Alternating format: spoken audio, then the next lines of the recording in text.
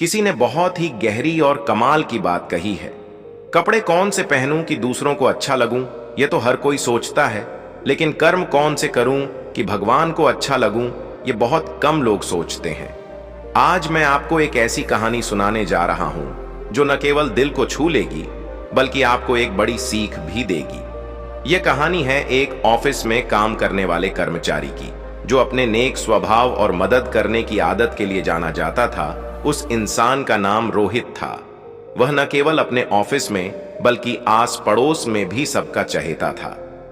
उसकी सबसे खास बात यह थी कि वह दूसरों की खुशी में अपनी खुशी ढूंढता था। ऑफिस के साथी हों, पड़ोसी हों या सड़क पर रहने वाले जानवर, रोहित सबका ख्याल रखता था। हर रात डिनर के बाद वह कुछ बिस्किट्स लेकर कॉलोनी के बाहर निकलता। वहां गली के कुत्तों के छोटे छोटे बच्चों को ये बिस्किट खिलाता। वह उनके लिए सिर्फ एक खाने का जरिया नहीं था, बल्कि उनकी उम्मीद बन चुका था। एक दिन रोहित ऑफिस में किसी काम के चलते देर से घर पहुंचा। समय रात के 11 बजे को थे।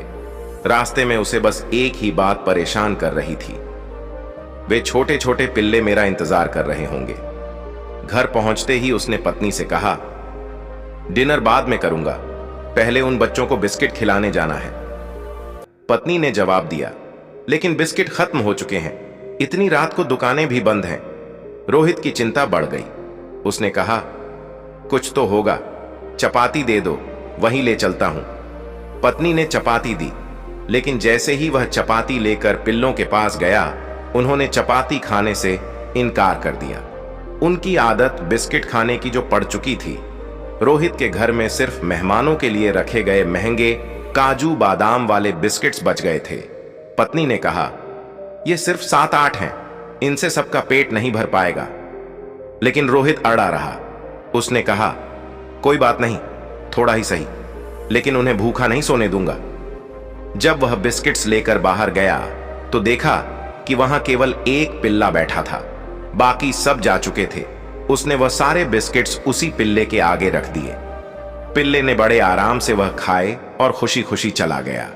जब रोहित घर लौट रहा था तो एक विचार उसके मन में गूंज रहा था।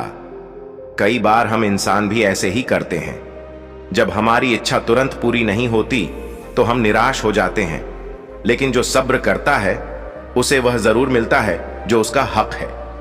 कहानी का संदेश, यह कहानी हमें सिखाती है कि जिंदगी में सब्र रखना कितना जरूरी है।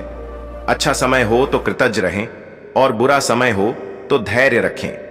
भगवान हमेशा हमारी प्रार्थनाओं को सुनते हैं, लेकिन कभी कभी वह हमें इंतजार करवाते हैं ताकि हमें कुछ बेहतर मिल सके। याद रखें, सब्र और शुक्र यही जिंदगी के 2 सबसे बड़े गुण हैं। इस कहानी से प्रेरित होकर आप भी अपने जीवन में धैर्य और विश्वास बनाए रखें। याद रखिए, जो सही है वह आपको सही समय पर जरूर मिलेगा। तो दोस्तों, यह थी एक छोटी लेकिन बेहद गहरी और प्रेरणादायक कहानी। अगर यह कहानी आपके दिल को छू गई हो तो इसे अपने दोस्तों और परिवार के साथ जरूर साझा करें। हमारे चैनल डीके लाइफ लेसन्स को सब्सक्राइब करना ना भूलें, क्योंकि यहां आपको हर दिन ऐसी ही कहानियां और जीवन को बदलने वाले सबक मिलते रहेंगे। अगर आपको यह वीडियो पसंद आई हो तो इसे लाइक करें और हमें कमेंट में बताएं कि इस कहानी से आपने क्या सीखा।